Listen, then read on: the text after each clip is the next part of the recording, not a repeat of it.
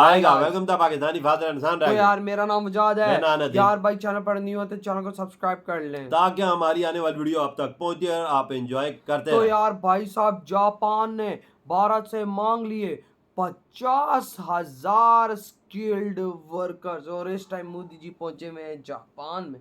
क्या बोल एक तरफ 50,000 स्किल्ड वर्कर। हाँ जी, और भाई साहब एक तरफ $70 बिलियन का भारत में इन्वेस्टमेंट वो जो कल करने का ऐलान किया है वो अलग, और 50,000 आज स्किल्ड वर्कर्स मांग। क्या कर रहे हो मोदी जी? जिधर जा रहे हो धमाके लगा रहे हो यार। वही ना भाई साहब, देखो रशिया कभी लाख मांग रहा है, कभी लाख नहीं 10 लाख उन्होंने मांगा है। सच्ची 10 लाख उन्होंने मांगे। इधर जापान ने 50,000 मांग लिए। ये 50,000 ये लाख तक पहुंच जाएगा। सही गा भाई, सही गा। आप वॉच करते क्योंकि जापान में यंग जनरेशन इस टाइम खत्म बिल्कुल है। बिल्कुल और भाई उन्होंने मोदी जी से गुहार लगाई हमारी मदद करें। तो कड़न करते हैं 3 2 1 एंड स्टार्ट।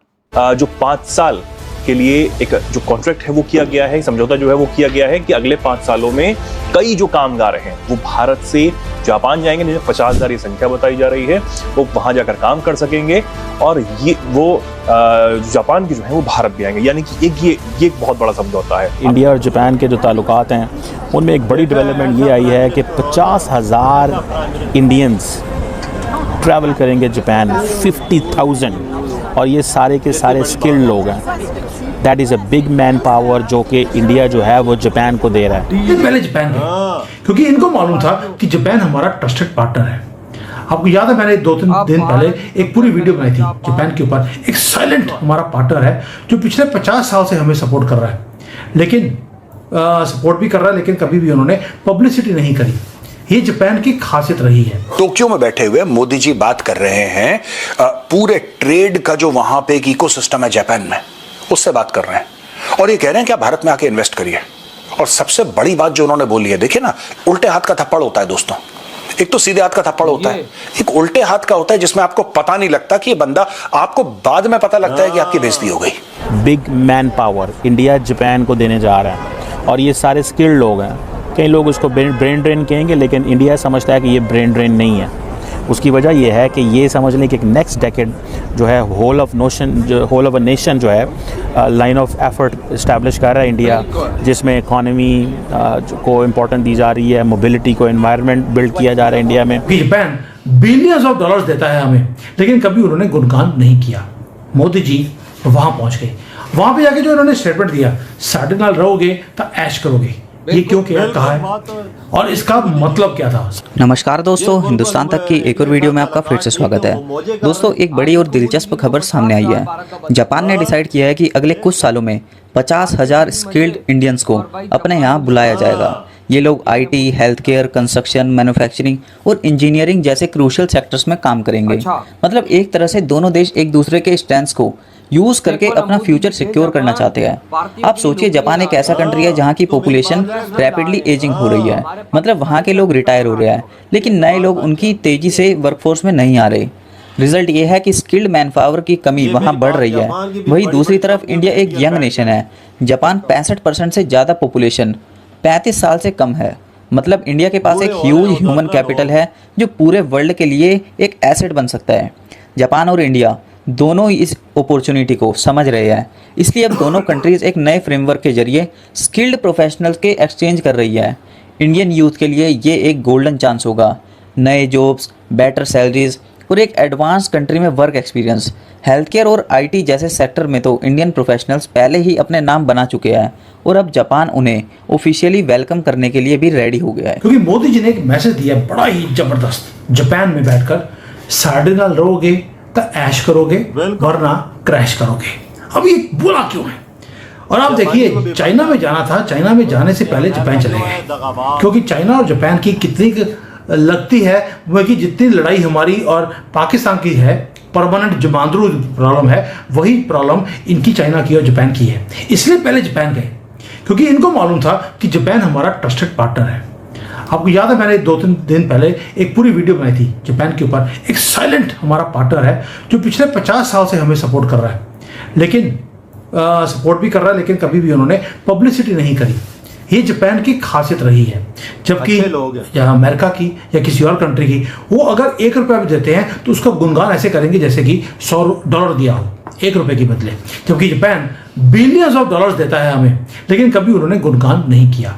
मोदी जी वहां पहुंच गए, वहां पे जाके जो इन्होंने स्टेटमेंट दिया, साढ़े नाल रहोगे तो ऐश करोगे, ये क्यों किया, कहा है और इसका मतलब क्या था। साहब ने ये भी बोल दिया कि वही भारत जो है वो स्प्रिंग बोर्ड है आपका, जापान को ग्लोबल साउथ में, वो जापान तो साउथ में है ही नहीं, वो तो नॉर्थ में है, उनको बोल दिया आप ग्लोबल साउथ का मेंबर बन जाइए, और जापान ने सोचना भी शुरू कर दिया। यानी कि ऑफिशियली आपने बोल दिया जापान को, और जापान ने ऑफिशियली बोल दिया कि उन्होंने भारत को एक चोजन पार्टनर की तरह देखा है ताकि ग्लोबल इकोनॉमिक्स को रीशेप किया जाए। और यही ब्रेकिंग न्यूज है जो आज मोदी जी ने किया है कि ये एशियन सेंचुरी है जो शुरू हो गई है, ये रियलिटी है, इसको कोई रोक नहीं सकता।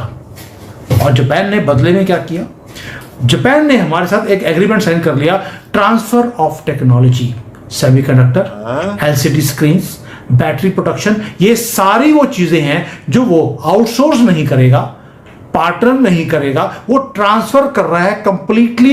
ये वो टेक्नोलॉजीज हैं जो किसी को वो नहीं देता, इसलिए बोला मोदी जी ने ऑफर कर दिया ग्लोबल साउथ 135 कंट्री के अंदर एंट्री जापान की, और जापान ने उसके बदले में आपको पूरी टेक्नोलॉजी ट्रांसफर करने का प्लान कर लिया है। दोस्तों अब भारत वो मार्केट नहीं रहा जहां पर चीप लेबर मिलती है, इसलिए अब आ रहे हैं, वो इसलिए आ रहे हैं क्योंकि भारत को वो टेक्नोलॉजिकली एक पार्टनर मानता है और चाइना को अपना राइवल। मोदी जी ऐसे ही पहले जापान नहीं गए, चाइना से पहले उनको मालूम था कि वहां पर जाकर एक ऐसा एग्रीमेंट साइन होगा जो तोड़ होगा चाइना की दादागिरी का भी। यानी कि चाइना को भी मैसेज दे दिया, अमेरिका को भी दे दिया कि आप मुझे तंग करने की कोशिश करोगे, मेरे पास पार्टनर बहुत हैं। और वहां पर जो इन्वेस्टमेंट्स हैं उसकी बात कितनी हो रही है भाई, वहां पर जो है एक तो मैंने बता दिया आपको बड़ी टेक्नोलॉजीज आ रही हैं, प्लस जो इन्वेस्टमेंट्स की बात हो रही है, दिस इज अबाउट $68 बिलियन की इन्वेस्टमेंट है जो जापान ने कमिट कर दिया भारत को, क्योंकि जो इतनी बड़ी इंडस्ट्रीज आएंगी तो इन्वेस्टमेंट लेकर आनी पड़ेगी। ये नौकरियां जॉब कितनी निकलेगी वजह से इतनी बड़ी इन्वेस्टमेंट आ रही है, आप खुद सोचो ना। और इस टाइम भाई साहब जापान ने 12 से 50,000 स्किल्ड वर्कर्स मांग लिए, 50,000 भारतीय जा रहे हैं। मोदी जी से डील ऑफिशियली भाई साहब जापान ने साइन कर दिया, और भाई धड़ाधड़ वीजे लगना शुरू हो गए हैं भारतीयों को, और भारतीयों ने जापान जाना शुरू कर दिया यार। अब भाई जापान की मार्केट पर भी बिल्कुल वजह भारत में, इंडिया जापान में जो लोग हैं वो बूढ़े हो रहे हैं ना, उनको पता है कि हमारे मुल्क को उठाने वाला ही इंडिया है। भाई देखो स्किल्ड वर्कर मंगाओ और अपने मुल्क को उठाओ। वो दुनिया में देख रहे हैं ना कि बड़ी बड़ी कंपनियों के सीईओ कौन है, इंडिया में बैठे हुए हैं, बड़ी बड़ी पोस्टों पे कौन है इंडिया। उन्होंने सारे स्टैट्स देखे हैं ना कि भाई साहब उनको ऊपर लेकर गए। उन्होंने मोदी जी से रिक्वेस्ट की कि मोदी जी हमें 50,000 इंडियन वर्कर की जरूरत है,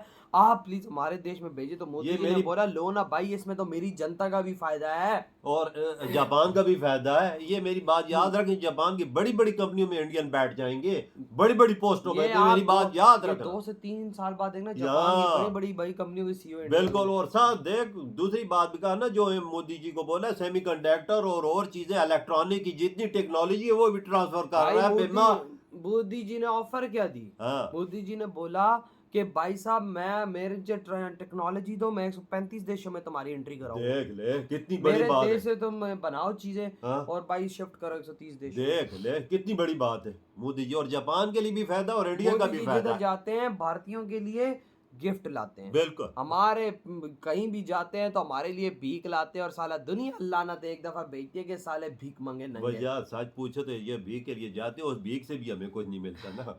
उस भीख से भी कुछ मिल जाए तो हम बोले इस भीख से भी कुछ मोदी जी ने किस तरह से चाणक्य नीति खेली, उनको बोला 135 देशों में एंट्री करवा दूंगा, मुझे टेक्नोलॉजी दे। बिल्कुल देख ले, और वो राजी भी हो गया टेक्नोलॉजी में, साइन हो गया।